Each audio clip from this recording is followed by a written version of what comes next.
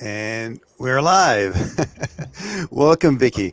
I would like to introduce Vicky Ames, who's Director of Information Security and Compliance and Risk Compliance at United Therapeutics.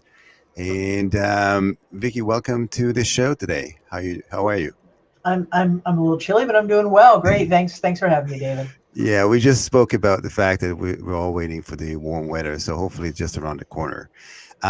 So, Vicky, how long has it been since you were attending, the kind of the physical events that I had in New York? It's been quite a while.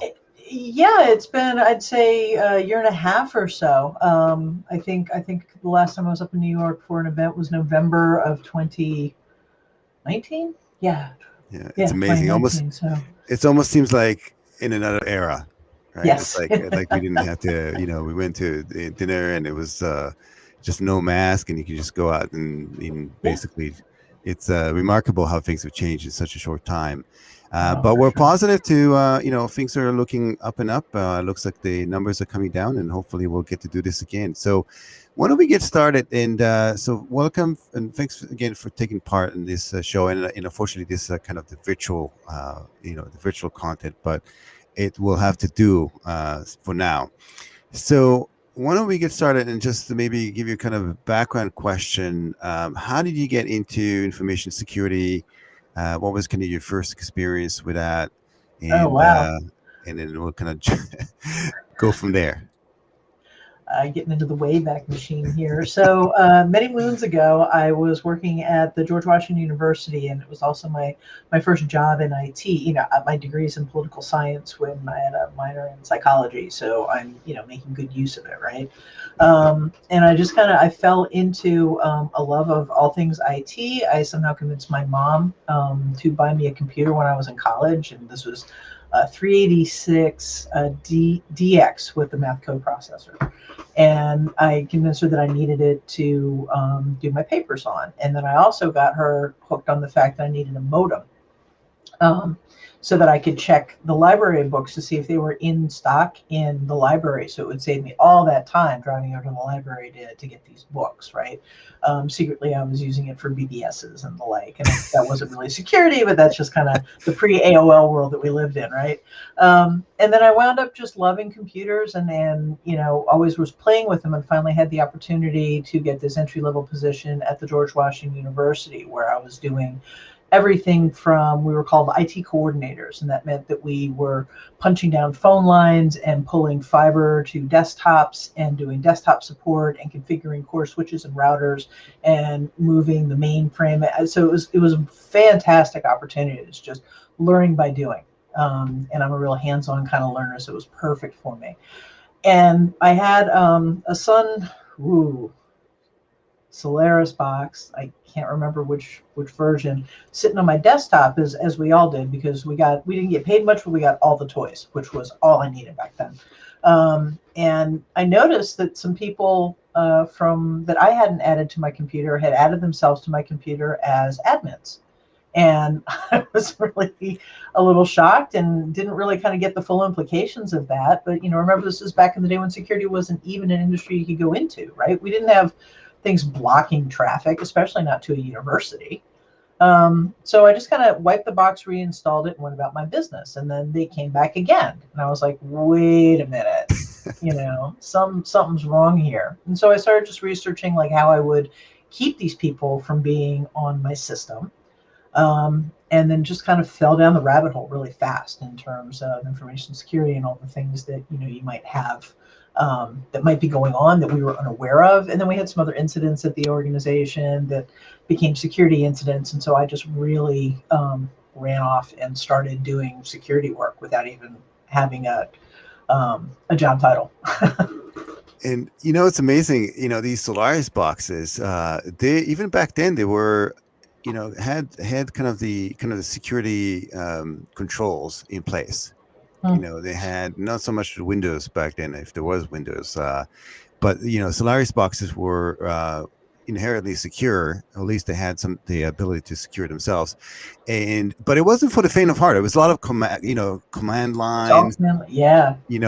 So it's really amazing. So did you end up using Solaris and any other jobs, like further down the line, or was it just the kind of the initial hands-on experience, and then you moved into different roles? Yeah, that was my first. Those were the first systems, right? So we were, we were all network engineers. We were, Unix engineers. Actually, we made fun of Windows, which, haha, now look at us. But that was the real operating systems were Unix based, or Solaris based. So I used them there, and then when I moved into other jobs, then I did less of the desktop and server work and was much more focused on network security. And so that was much more firewalls, IDS, IPS. And so my workstation became a Windows system. And so what was your quote unquote first corporate job when you were responsible for for systems, and then from there on, when was the kind of the official kind of security title where you were responsible for security controls? So I worked at Quest Communications. I went from GW actually to Quest Communications, where I was part of the managed firewall group. So I guess I was a security engineer at that point. And we were responsible for configuring, deploying and configuring firewalls, IDS, IPS for the Quest Communication customers, right? So they would contract with us and we do this managed service. So that was a lot of, it was actually, it's just really interesting because, it's like getting customer requirements and then translating those into security policies and coordinating with the customers for the outages and getting up at 3 o'clock in the morning because your customer's in Belgium. So that was some great experience there. So that was kind of the first, engineering, and I worked for Network Associates, where I did work with the Gauntlet firewall and the PGP client and PGP desktop and McAfee. But I guess the big transition from engineer to more of the programmatic function that I do today was when I went to actually got laid off. So Network Associates was a big conglomerate. I don't know if people remember it back in the day, but it was made up of 4 different business units or 5 different business units. And the new president came in and he said, we're going to be McAfee again. And so he sold all the business units, except for the PGP business unit. That couldn't be sold. So they took the Gauntlet firewall and they sold that to Sidewinder. And then the rest of us that worked in the PGP business unit were given their papers and said, have a nice life. So I was out of a job for the first time that I could remember. And so I started scrambling around, and it was the only time I ever got a job off of Monster, but I posted my resume on Monster and wound up working at the National Institutes of Health as a contractor, but as the what they call an ISSO, so an Information System Security Officer, which back in the day could be contract. Today, they typically, at least the lead ones are not, although there are contract. I'm getting into the minutiae here, but people always give me the eyebrow. You were a contractor and you were an ISSO? Yes, back in the day, it was legit. And that's where I had to start developing a security program where none existed, right? So they had an IT shop. And back then, the firewall, there was a firewall that protected the door, but you had to request to have ports turned to closed. So the default policy was allow any, and then they would insert blocks up top. So when you start thinking about that, that's how early on we really were. And again, it's a research institute, so it made perfect sense back then because people really weren't aware of the destruction that people could wreak. One thing that did turn it very quickly was I spent a good Super Bowl weekend dealing with SQL Slammer that took the entire organization offline, took us days and weeks actually to recover from. And I think that was the actual impetus that got us to be able to, those of us that were advocating for, successfully advocated for flipping the firewall to a default block. It's really amazing. I also got my one of my first job on using Monster back in the day.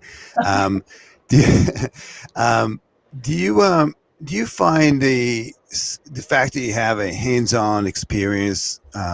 You used to have hands-on experience with some major technologies, and by the way, the Gauntlet firewall, it was like the head of its time back in the day. Yes. Definitely. Really great firewall, and there's a lot of PGP as well. Like all those technologies were pretty amazing. Like how everything was emerging back then, and also you were listen, today there are what 15-20% women in this industry, but back in the day I Uh-huh. think you were probably one of the few, right? And I Uh-huh. pride myself for interviewing a lot of women, and I have a streak of only women in this show, which is great. Yeah. But did you find that when you were interviewed, people like they were, I guess, not used to having women in this particular kind of a cybersecurity role? Would that ever affected you, like in any way? Not from a cybersecurity standpoint. No, I mean, I don't. If it has affected me, I've not been aware of it. I have always generally been the woman in the room, and that has actually changed over time, right? But Yep. back in those days, I mean, I was able to land jobs, so obviously there. I don't know. That's God. I never felt it, but I definitely it was always obvious to me that there weren't a lot of women around. Yeah. Yeah, absolutely. So how do you miss those days where you actually, you had hands-on experience and you can boot up some and then talk to people, and because now you're a senior person, right? You manage teams and so on, and you deal a lot with the compliance, a lot of the moving parts. You interface with the business, with the CIO, with the CEO, the board of directors. I mean, don't you miss the days where you can just like go in and fix a problem and feel good about it? I do. I do. It's a, I am a technology geek and always have been, and wish I could spend my days geeking out, downloading. I mean, there's so much available now, right? Back in the day, there was so little, and you'd pull it down and you'd be missing 12 libraries, and you have to go find them, and you have to ask a friend if they had, I mean, it was just nuts. So there's the Yeah. availability of things to tinker with is just massive today, and yet that's not where I can spend my quality time, right? That's not the job, but I do miss those days. Do you how do you keep abreast of like the latest and the greatest? Is something I typically ask, senior managers. Oh, sure. Twitter is a big one. There are a number of feeds that I pay attention to. I also have some subscriptions to various threat intels, and some organizations that kind of do some summaries. So, and still, I don't know everything for sure. I'm looking for the stuff that's really big, and also looking specifically for the stuff that I think is relevant to my organization. So I do have to filter out quite a bit. And then you were in some very large companies like Marriott Yeah. International, for example. How did you transition from working for like a educational institute to being a consultant to be like to a major enterprise? How do you, and maybe that kind of the next question is, when you take on a new role, what is like your 30, 60, 90 days look like for you? And what are the differences when we join, for example, Marriott, a giant company like Marriott, or when joining a smaller company where you're responsible for a lot of different moving parts? Yeah, it's very different, right? So there's first and foremost, you need to understand the business that you're in, right? If I'm in a small consulting firm, I have a very specific business line.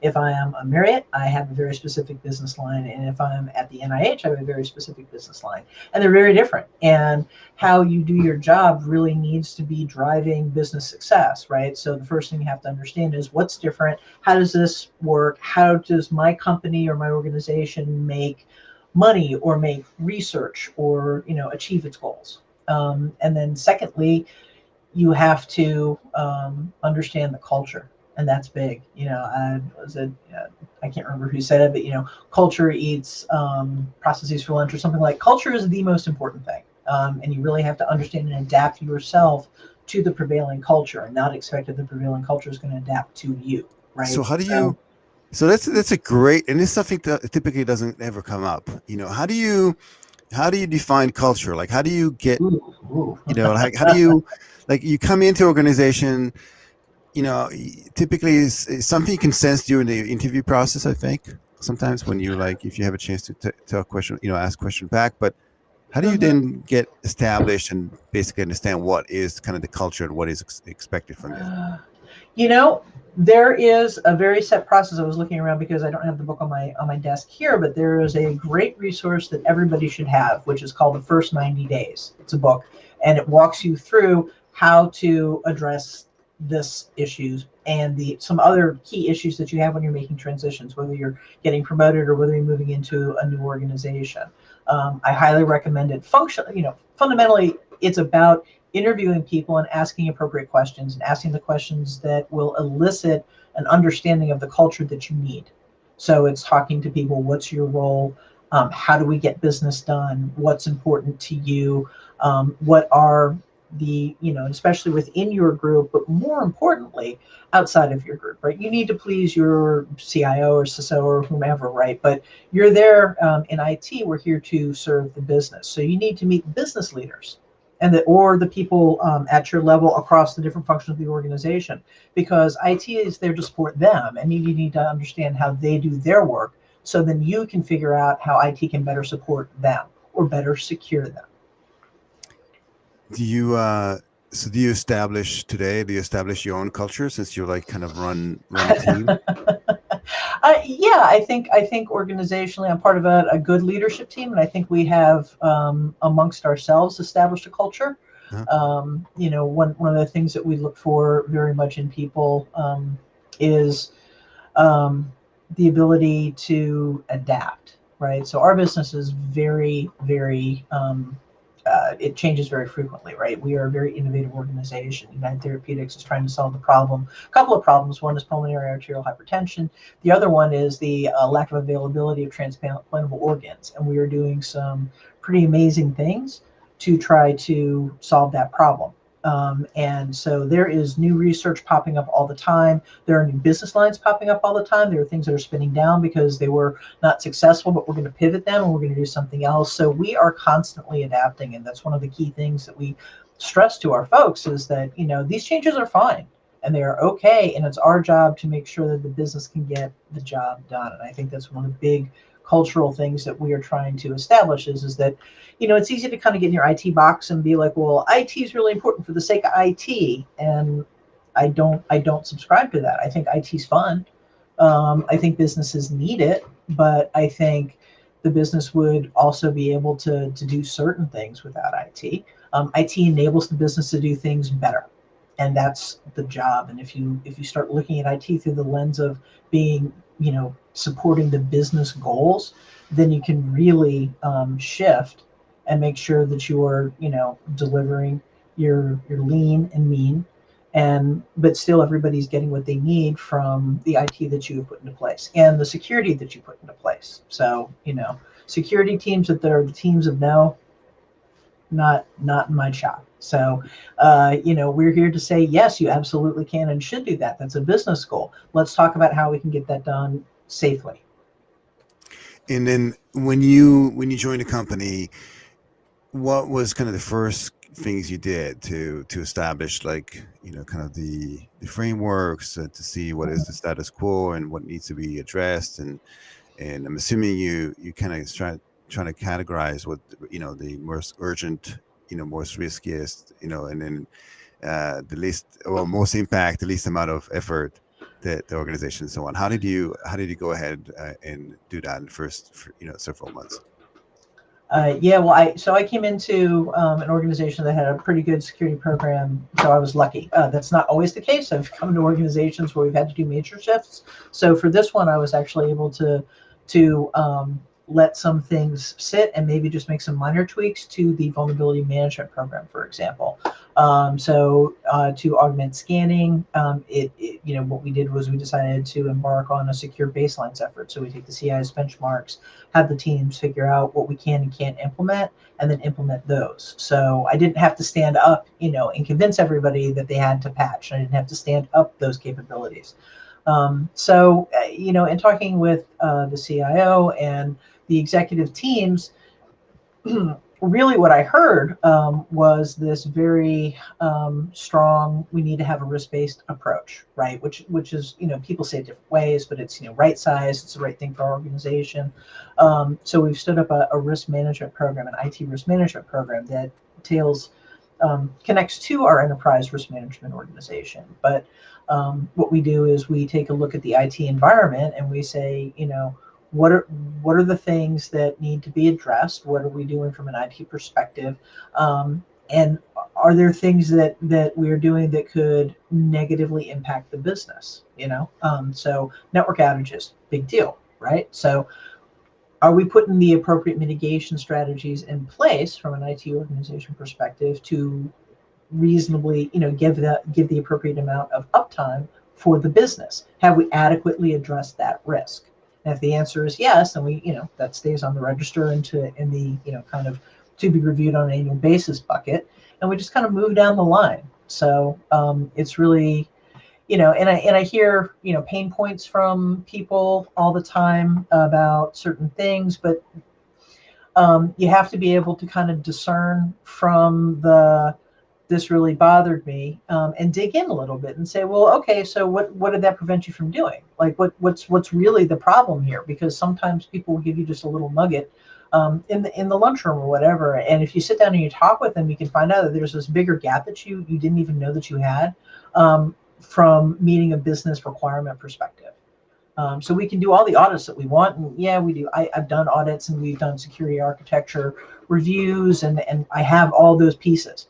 But what I select from the identified gaps there need to be meeting some of these requirements that come from the business. And so I really try to make sure that I'm talking with people and I'm understanding, always where can we do a little bit better.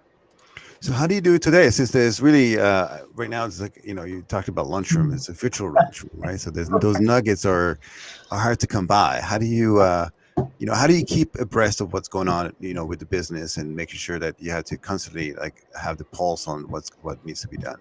Yeah, that's great. It has been so challenging lately. I mean, I don't know about anybody else, but my calendar is full.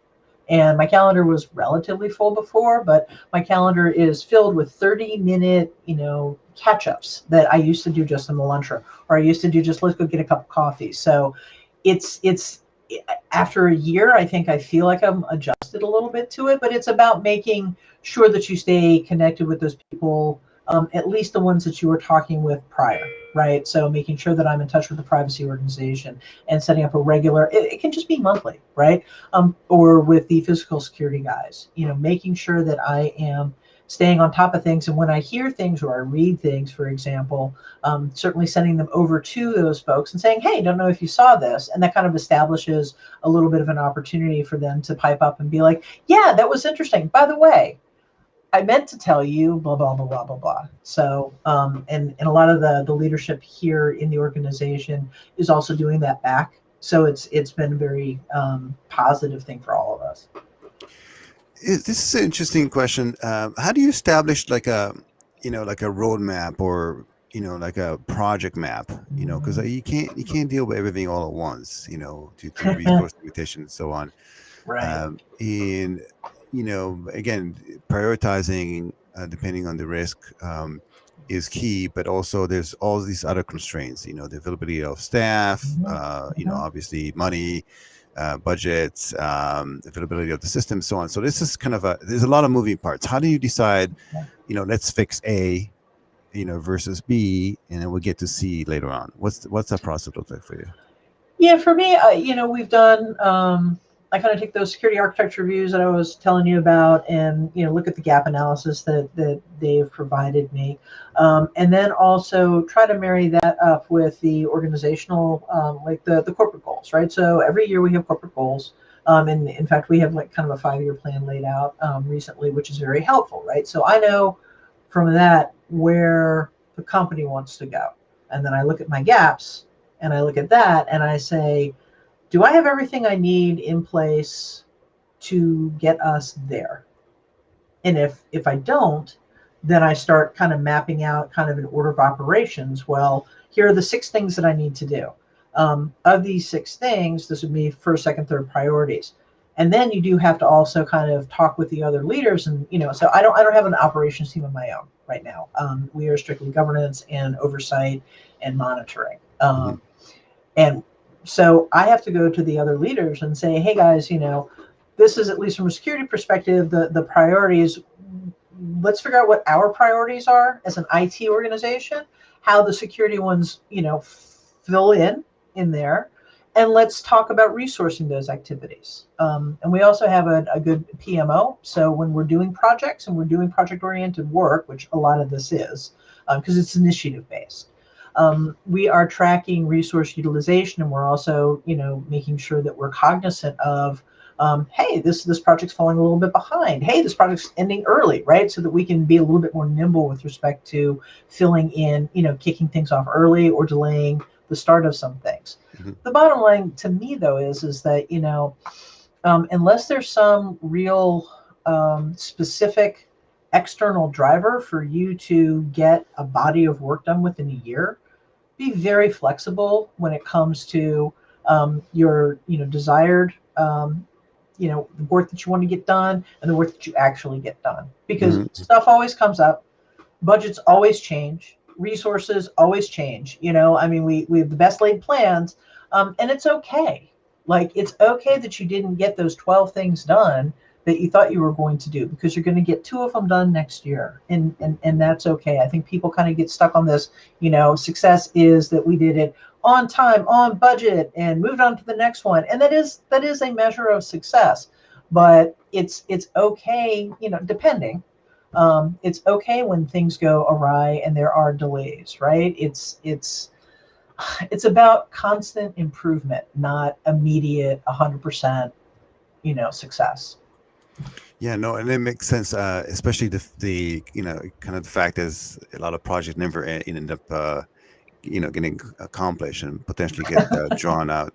How do you? So this is a kind of a funny question, but how do you get measured in organizations? I mean, we as security professionals, if nothing happens, nothing happens. We like, nobody pats you in the back. Right. What is kind of the criteria that at the end of the at the end of the year the CEO comes up or and say, hey, Vicky, great job. What that looks like for you. Yeah, so I constantly promote the improvements that we've done, and I constantly promote things that the things that have happened. Sure, I mean, at the end of the day, if you ask me what the big metric is, it's 0 breaches, period. Right? That's my job. Everything else, who cares, right? Yeah. That's my job.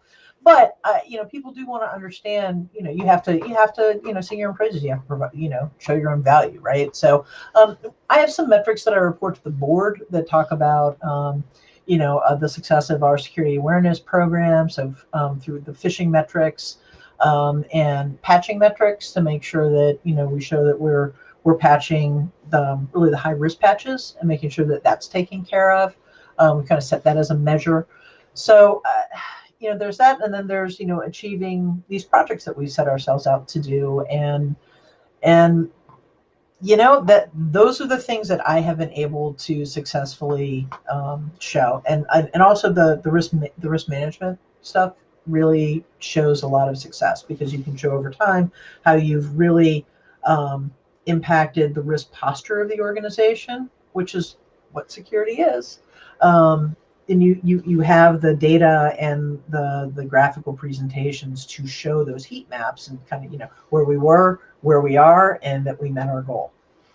In speaking of the board, do you find that the way they were treating security back maybe a few years ago is different than it is now? And then do you get those frantic calls, for example, after the SolarWinds breach, somebody calls you up and say, hey, Vicky, what are we okay? Yeah, sure, of course. When things, so yes, there has been a significant change, right? Security, when I started, I'll say early on, when security became actually kind of a part of the organization, and a distinct part of the organization, it was really viewed by everybody as like the auditors or the people that you don't want to talk to, because security practitioners tended to use kind of the fear factor to raise awareness. And I understand it, and I remember it very well, because we were looking at things through our lens, and it was terrifying. So I get it. But yet, over time, I think security leaders have turned into more business leaders, and we talk the language of business, right? We still understand all the scary stuff, but we definitely have to translate it into words that people can understand.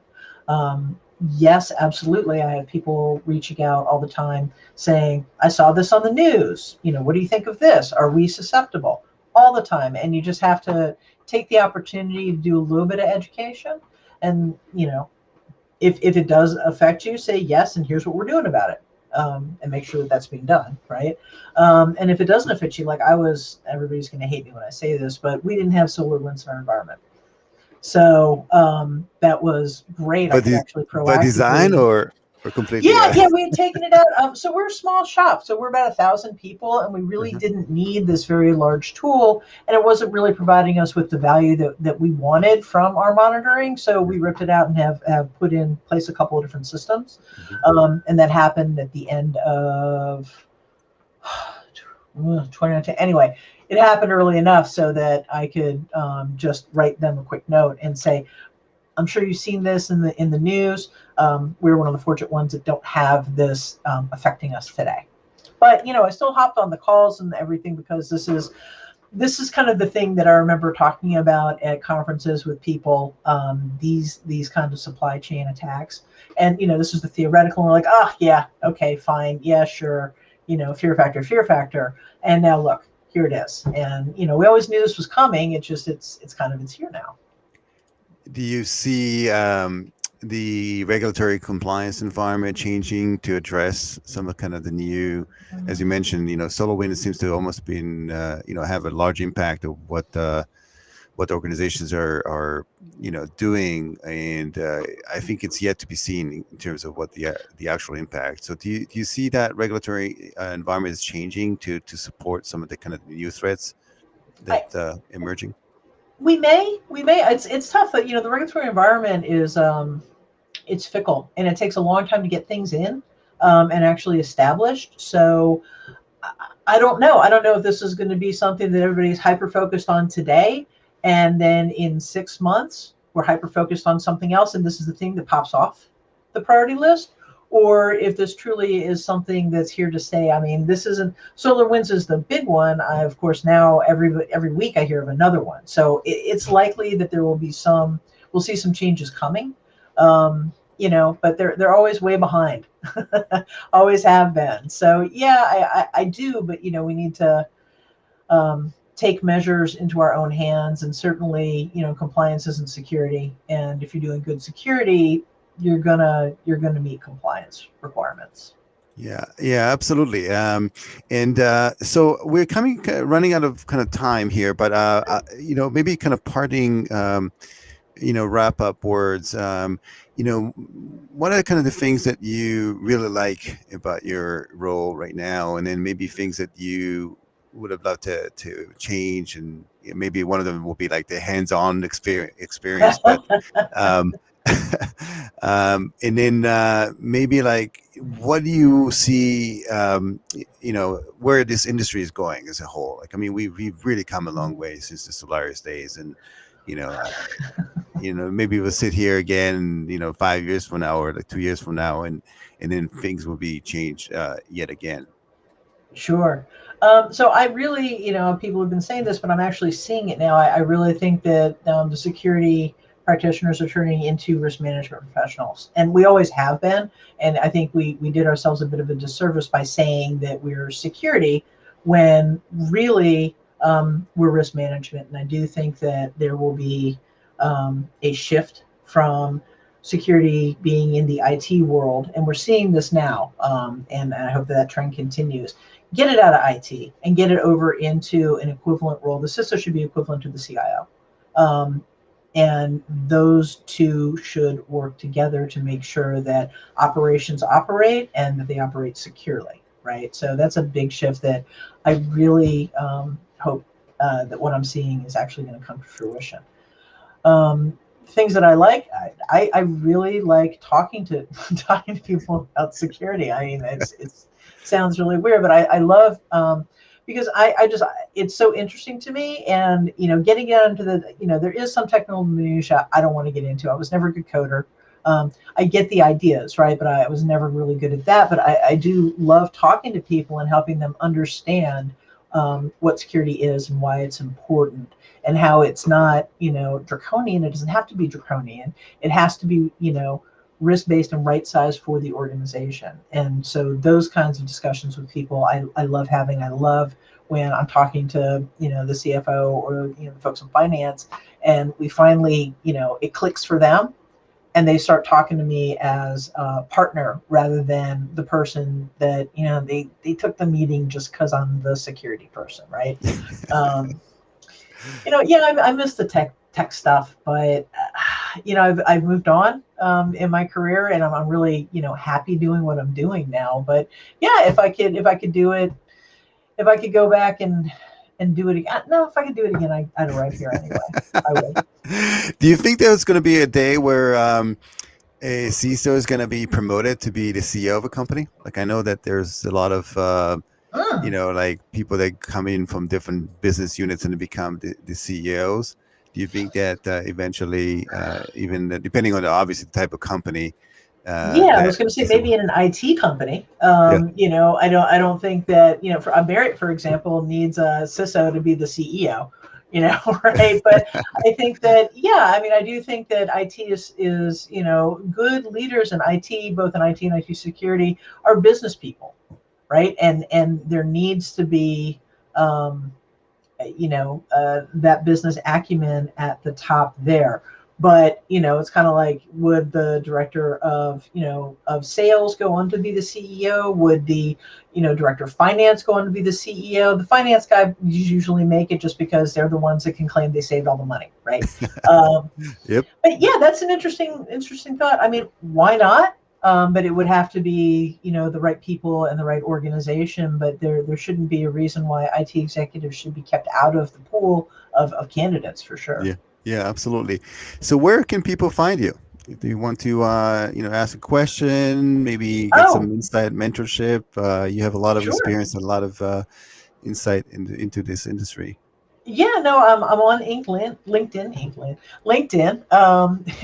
It's my profile's Vicky Ames, VSCKYAMES, and that's the best way to reach me. And yeah, I would love to.